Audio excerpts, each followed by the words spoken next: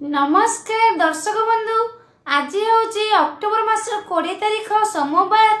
आपण मानक पई नहीं आसीचु आज अनेक गुरुत्वपूर्ण खबर जहाँ आपण माने जानिबा निहाती जरूरी।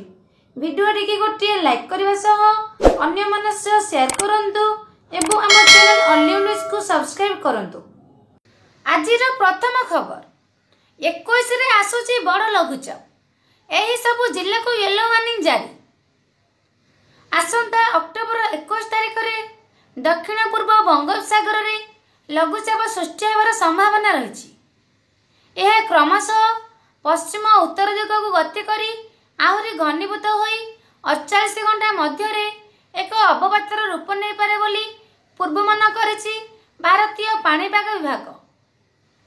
अक्टोबर मासरे ओडिशा रे बात्या भय रहउतबा बेले अवपात जाए पूर्वानुमान करिछि पाणीपाग विभाग।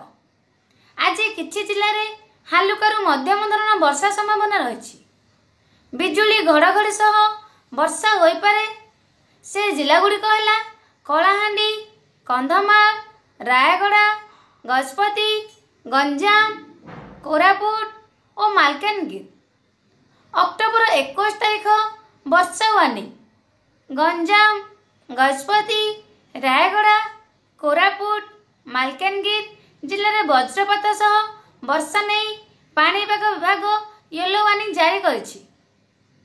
22 अक्टोबर वर्षा वार्निंग हालुकारू मध्यम धरण वर्षा नहीं चेतावनी दिया जाइछि। जिला गुड़िक है गंजाम, गजपति, रायगड़ा, कोरापुट और मालकानगिरी जिले में गोटे कि दुईटी स्थान रे वर्षा होबार संभावना रही। 23 अक्टोबर और 24 अक्टोबर वर्षा वार्निंग। यही दुई दिन मालकानगिरी और कोरापुट जिले में हालुकारू मध्यम धरणर वर्षा होबार संभावना रही। परवर्ती खबर सुभद्रा योजना को नहीं आसिला बड़ खबर।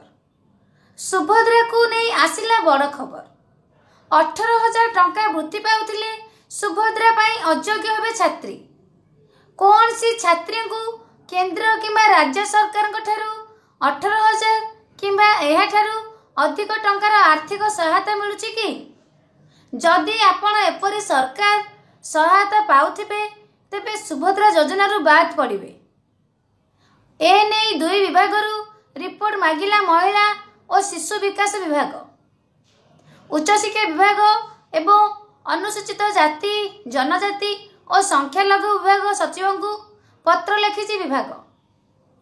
सुभद्रा नियमावली अनुसार एही योजना अधीन रे योग्य होबा पई हिताधिकारी बयस 21 वर्ष किंबा ताठारु अधिक एवं 60 वर्ष रु कम होइतिबा आवश्यक। राज्य किंबा केंद्र सरकार कौन सी योजना अधीन रे जदि वार्षिक 18,000 टंका किंबा ताठारु अधिक अर्थ सहायता ग्रहण करुथिबे तेबे से क्षेत्र रे संपुक्त महिला अयोग्य घोषित हेबे। एने विभाग को अनेक अभियोग मिलुची। छात्री मानकु जेउ छात्रवृत्ति राशि प्रदान दिया जाउची ताहा केवल शिक्षा संबंधी कार्य रे व्यय हेउची। हेले एहाकु अतिरिक्त अर्थ सहायता भावे हिसाब को निया जाई पारु नाही।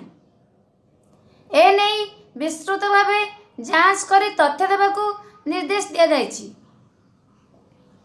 विभाग पक्षरु प्रदान करा जायथिबा निर्दिष्ट फॉर्मेट रे 2023 रु 2024 और 2024 रु 2025 पर्यंत आर्थिक वर्ष रे केउ छात्री माने 18,000 टंका रु अधिक छात्रवृत्ति नेइछंती तांकर समस्त तथ्य प्रदान करबा लागि चिट्ठी लिखिछि विभाग।